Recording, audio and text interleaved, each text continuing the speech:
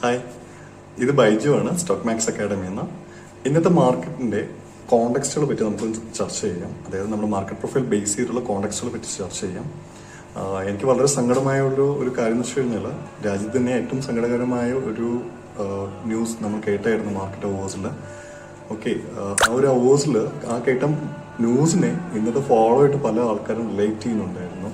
Okay, അത് അവരുടെ എന്താ പറയുക, നോളജ് കുറവ് മാത്രമാണ്. ആ ഒരു വീഡിയോസിലോ അല്ലെങ്കിൽ ആ ഒരു കാര്യത്തിലോ ഒന്നും എന്താ പറയുക, നിങ്ങൾ കൂടുതലൊന്നും ചെവി കൊടുക്കാതിരിക്കുന്ന ഏറ്റവും നന്നായിരിക്കും. ഓക്കെ, ബിക്കോസ് മാർക്കറ്റ് ഈ ഒരു ഫോള് പ്രീ ഡിഫൈൻഡ് ആയിട്ടുള്ളൊരു ഫോളാണ്.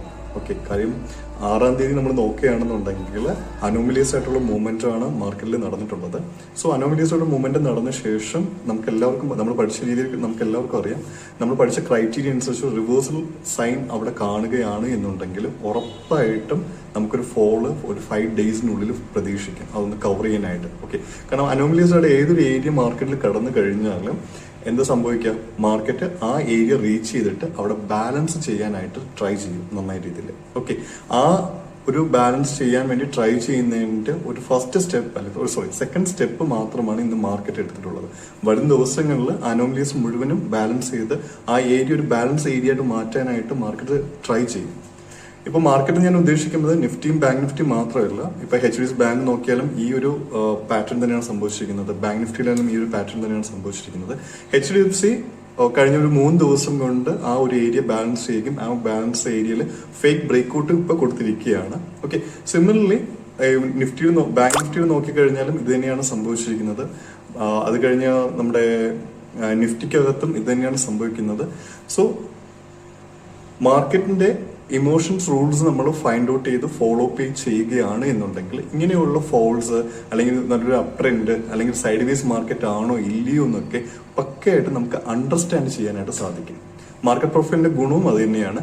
ഇനി ഞാൻ എപ്പോഴും എല്ലാ വീഡിയോയിലും പറയുന്ന പോലെ തന്നെ വേറെ ഒന്നുമില്ല, നമ്മൾ ആദ്യം എന്ത് ചെയ്യുക, അനാലിസിസ് ചെയ്യുക. അനാലിസിസ് ചെയ്ത ശേഷം അതിന്റെ കൺഫർമേഷൻ ഓർഡർ ഫ്ലോയോ അല്ലെങ്കിൽ വോളിയം പ്രൊഫൈലോ വോളിയം സ്പ്രെഡോ ഉപയോഗിച്ചിട്ട് നമ്മൾ എടുക്കുക. ഓക്കെ, മാർക്കറ്റ് അനാലിസിസ് ചെയ്യാൻ ഏറ്റവും ബെസ്റ്റ് ടൂൾ എന്ന് പറയുന്നത് മാർക്കറ്റ് പ്രൊഫൈലാണ്. കാരണം ബിക്കോസ് നമുക്ക് ഇമോഷൻസ് ഫൈൻഡ് ഔട്ട് ചെയ്യാൻ പറ്റും, ബാലൻസ് ഏരിയസ് ഫൈൻഡ് ഔട്ട് ചെയ്യാൻ പറ്റും, ഇൻബാലൻസ് ഏരിയസ് ഫൈൻഡ് ഔട്ട് ചെയ്യാൻ പറ്റും.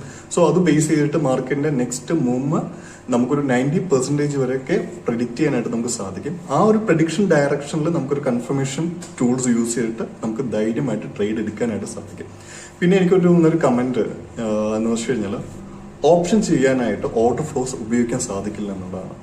അത് വളരെ എന്താ പറയുക, ഓർഡർ ഫ്ലോയെ ഉപയോഗിക്കേണ്ട രീതിയിൽ ഓപ്ഷന്റെ അകത്ത് ഉപയോഗിക്കുകയാണെങ്കിൽ, കാരണം ഇൻഡെക്സിൽ ഉപയോഗിക്കുന്ന പോലെയല്ല ഓർഡർ ഫ്ലോയെ ഓപ്ഷന്റെ അകത്ത് ഉപയോഗിക്കുന്നത്. ഓപ്ഷന്റെ അകത്ത് ഉപയോഗിക്കുന്ന പോലെ അല്ലെങ്കിൽ ഇൻഡെക്സ് ഉപയോഗിക്കുന്ന പോലെയല്ല സ്റ്റോക്കിന്റെ അകത്ത് ഓർഡർ ഫ്ലോ ഉപയോഗിക്കേണ്ടത്. അതിനെപ്പറ്റി കൂടുതൽ അറിയണമെന്നുണ്ടെങ്കിൽ ജസ്റ്റ് ഞങ്ങൾ കോൺടാക്ട് ചെയ്താൽ മതി, ഞങ്ങൾ അതിനെപ്പറ്റിയുള്ള ഡീറ്റെയിൽസ് പറഞ്ഞു തരാം. ഒരിക്കലും എന്താ പറയുക, ഏതെങ്കിലും ഫോൾ നടക്കുമ്പോഴോ ഏതെങ്കിലും അപ് ട്രെൻഡ് നടക്കുമ്പോഴും അന്ന് നടന്ന റിലേറ്റീവ് ന്യൂസുമായിട്ട് ചേർത്തിട്ട് ആരെങ്കിലും നിങ്ങൾക്ക് പറഞ്ഞു തരുന്നുണ്ടെന്നുണ്ടെങ്കിൽ അത് ഇന്റേണലി എന്താണ് ആ മാർക്കറ്റിന്റെ അകത്ത് നടന്നത്, ഇമോഷൻ എന്താണെന്ന് ആ പറഞ്ഞ വ്യക്തിക്ക് മനസ്സിലാക്കാൻ പറ്റാത്തതുകൊണ്ടാണ്. അതൊന്ന് മനസ്സിലാക്കി പഠിക്കാൻ നോക്കുക. കാരണം എപ്പോഴും അറിവും ഇൻഫർമേഷനും അറിവും രണ്ടാണ്. അപ്പൊ രണ്ടും നമുക്ക് മാർക്കറ്റിനകത്ത് മനസ്സിലാക്കി എടുത്താൽ മാത്രമേ നല്ല സക്സസ് ട്രേഡർ ആയിട്ട് നമുക്ക് മാറാനായിട്ട് പറ്റൂ. Thank you.